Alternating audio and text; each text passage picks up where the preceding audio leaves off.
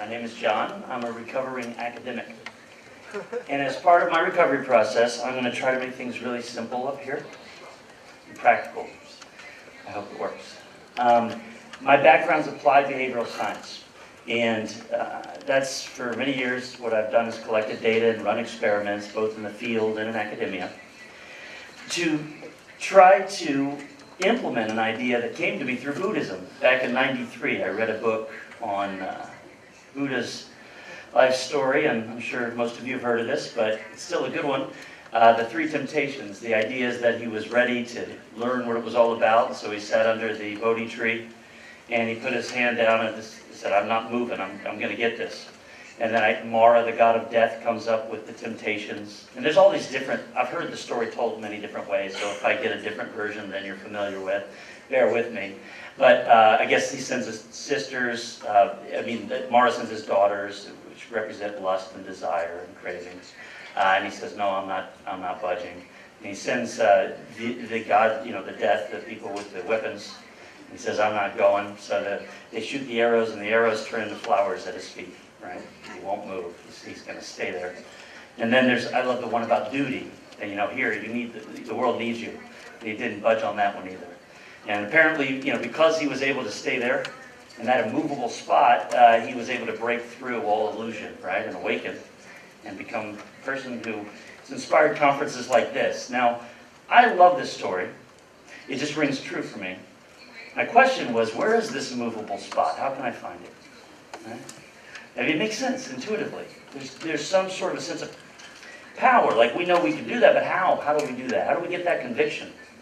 And as the world changes, things are getting faster and faster. It seems to me that we're evolving towards a place where more and more of us are naturally being forced to learn the skill of choosing to stand at that spot to keep them going nuts, right?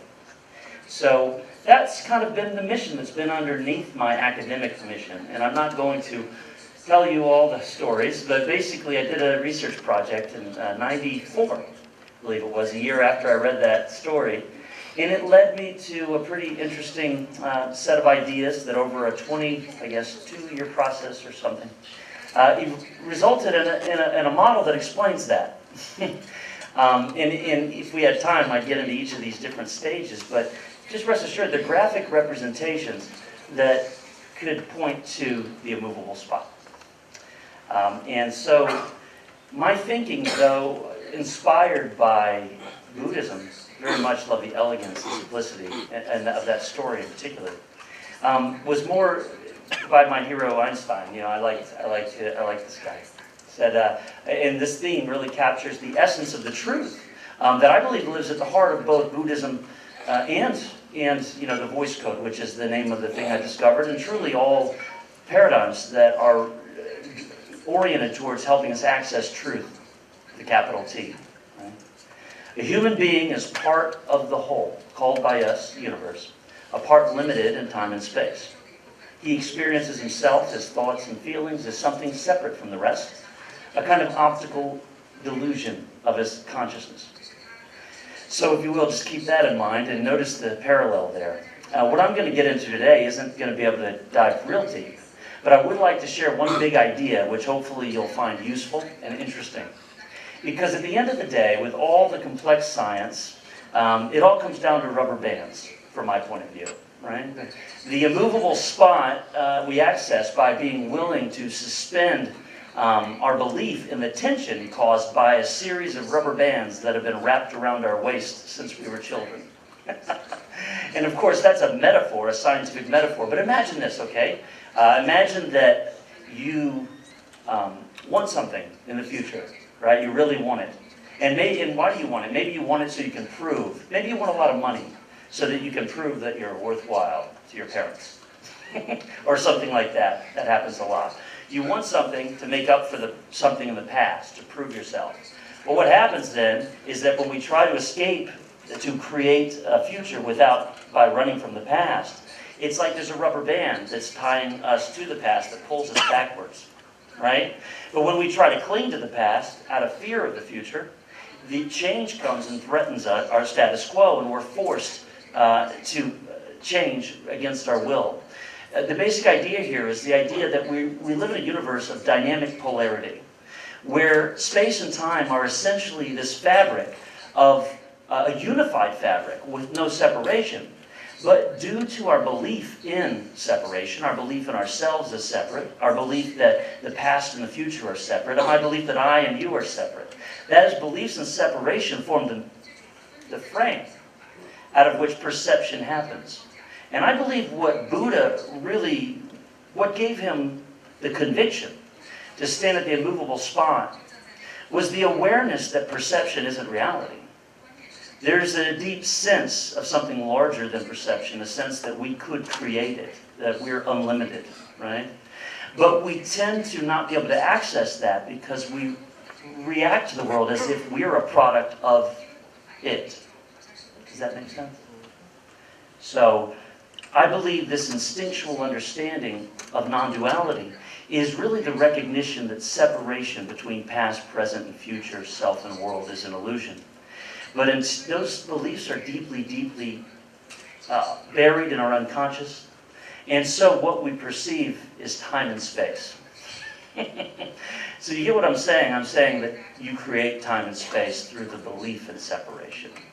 So it's not a conscious belief. It's the cognitive operating system that we're moving through. So the stages that Carol talked about, the stage theory that that this is derived from, which I think we're hitting at the truth, right, is one by which we ultimately achieve Buddha consciousness through the process of forgiving separation as it shows up. And in practice, this means learning to be uncompromising.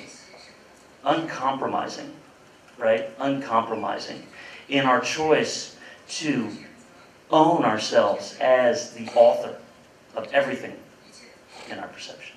Okay, so what I want to do with the remaining time, I have about 8 minutes, is show you a simple way to do that based on this map of the mind, which hopefully you'll find useful. Because one of the challenges to people who have this instinctual, maybe even mystical understanding that there's something beyond the lens of perception, one of the challenges is how do you get that in the everyday world? How do you achieve goals, pay the bills, live in that world, right, and bridge the gap between heaven and earth? That's what this science that I'm offering actually helps us do.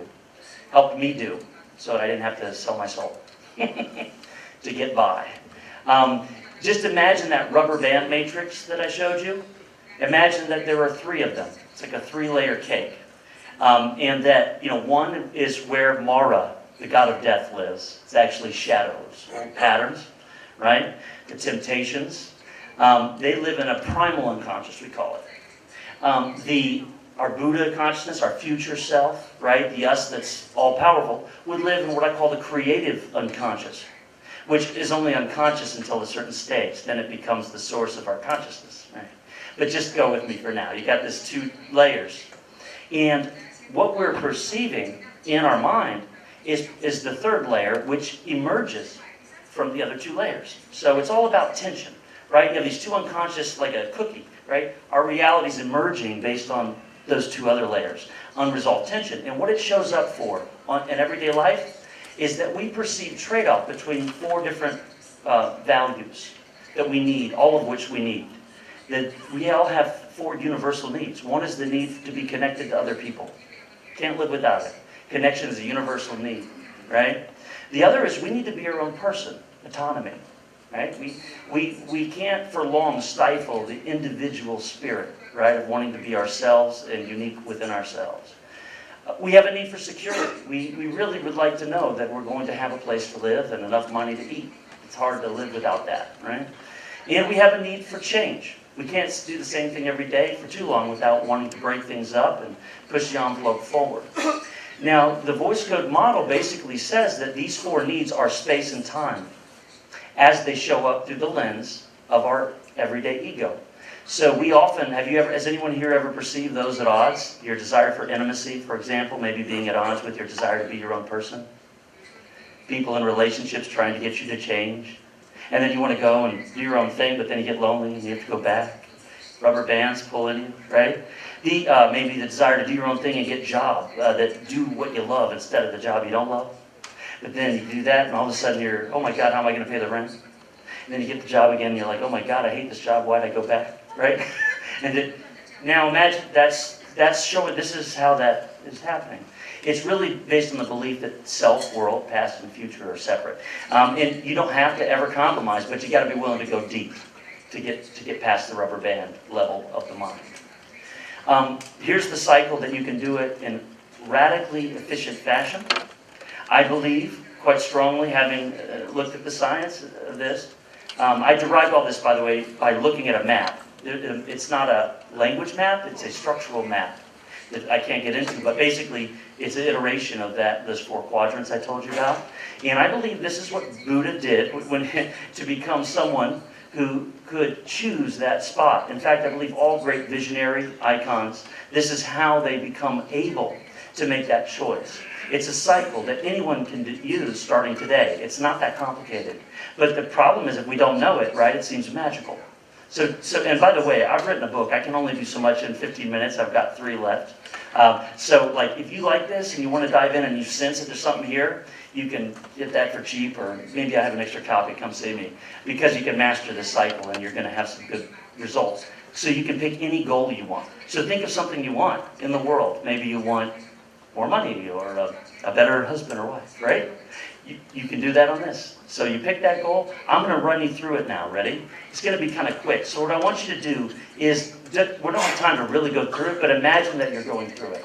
So so think of a goal, something, an intention. It can be small or big. We're going to do it super fast, and I want you to imagine going through this cycle on it and see if we can get results just from that hypothetical, okay?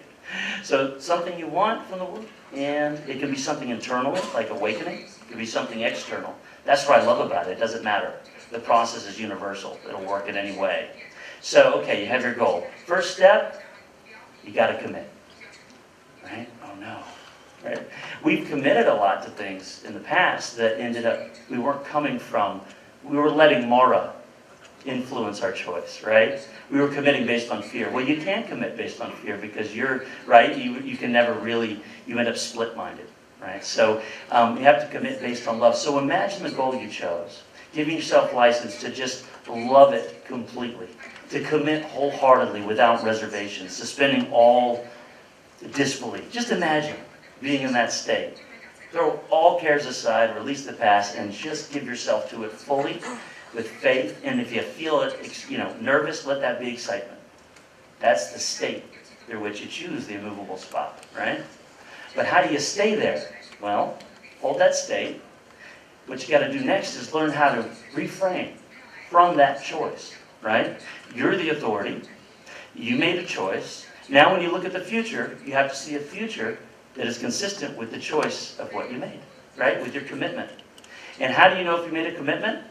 If you say I committed and you look at the future and you still think you're living into the old future, you didn't commit, right? But that's okay. This cycle actually corrects that. So do your best right now to imagine that future. Let it be real, right?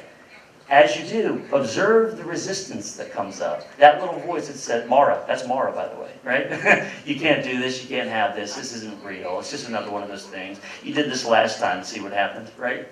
There's these little whatever, doubts, fear and doubt. That's Mara. That's what it is. That's what Buddha overcame, right? So take your goal, you committed to it, imagine it now, right?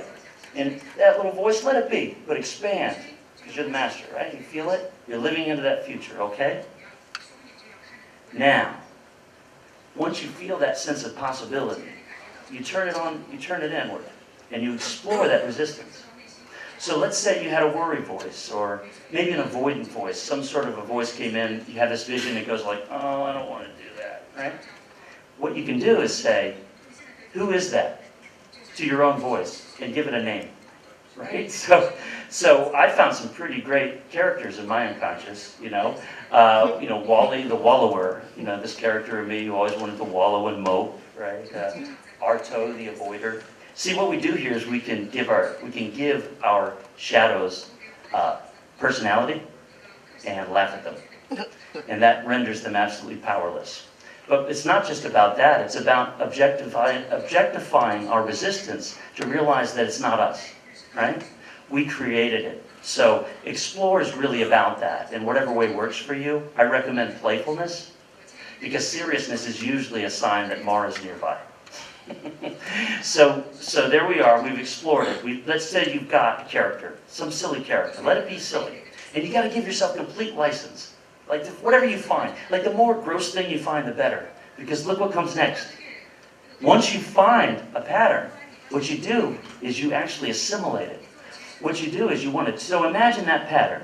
We're going quick, but you tune into it, right? Imagine taking that character, that energy of resistance, tuning into it, matching it like a guitar string, perfectly matching it, right? But not judging it and not trying to change it either.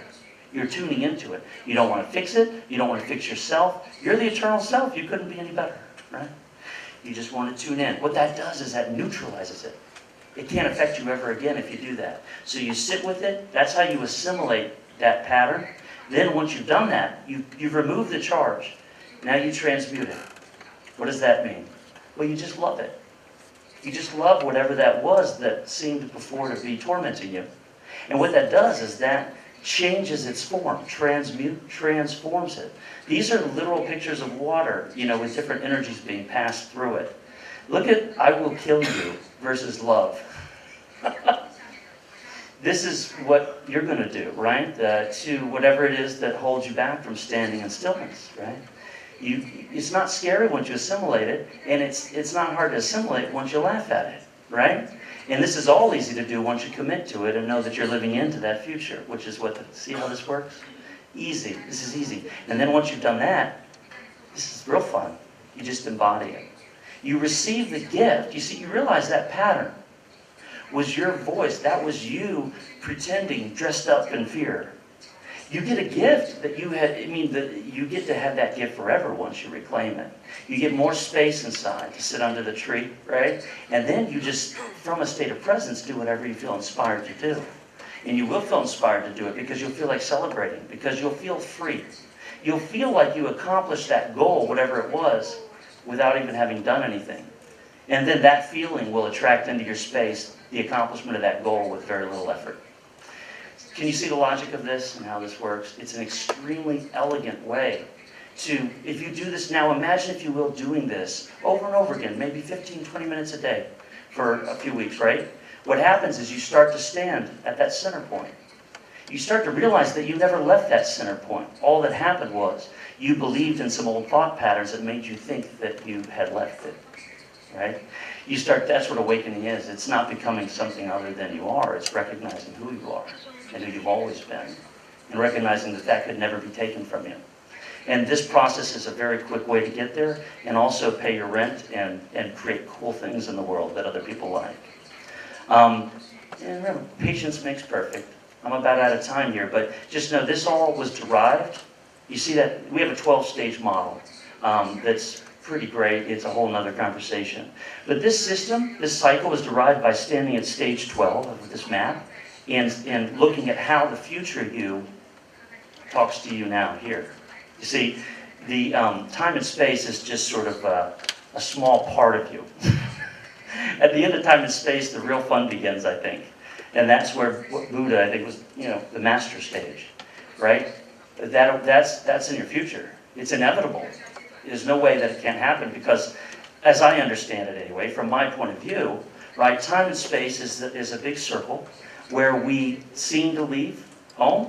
We believe in an ego. We create these fears. We have fun with that. We get tired of that, and then we systematically forgive everything we learned in the first 6 stages to return back to where we began. So if you feel any pressure, understand that that's just time, and Mara is a big friend of time.